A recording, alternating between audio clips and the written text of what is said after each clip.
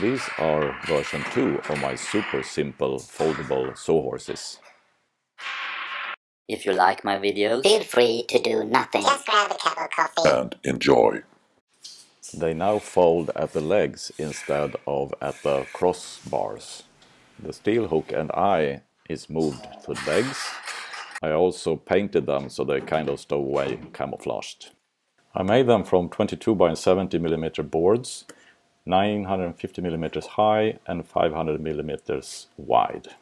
I screwed them together using a square, and I put the legs together for hinging.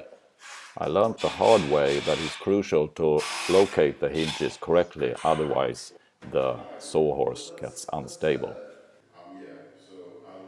Using a pencil to mark the location of the hinges seemed to work reasonably well.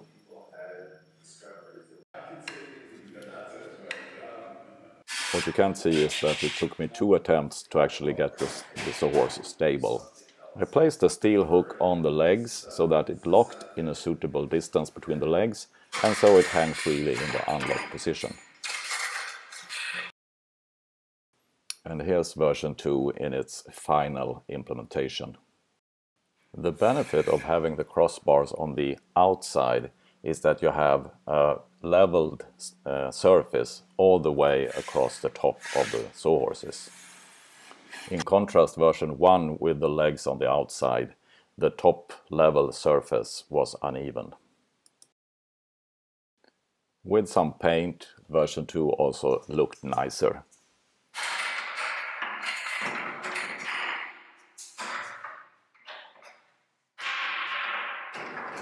And, as I said in the beginning, I chose the color so that they matched the painting on the wall where I hang them. So now they are kind of camouflaged. So there you have it. My version 2 super simple foldable stowaway sawhorses. Thank you for watching and see you next time. If you like my videos, feel free to do nothing. Just grab a cup of coffee And enjoy.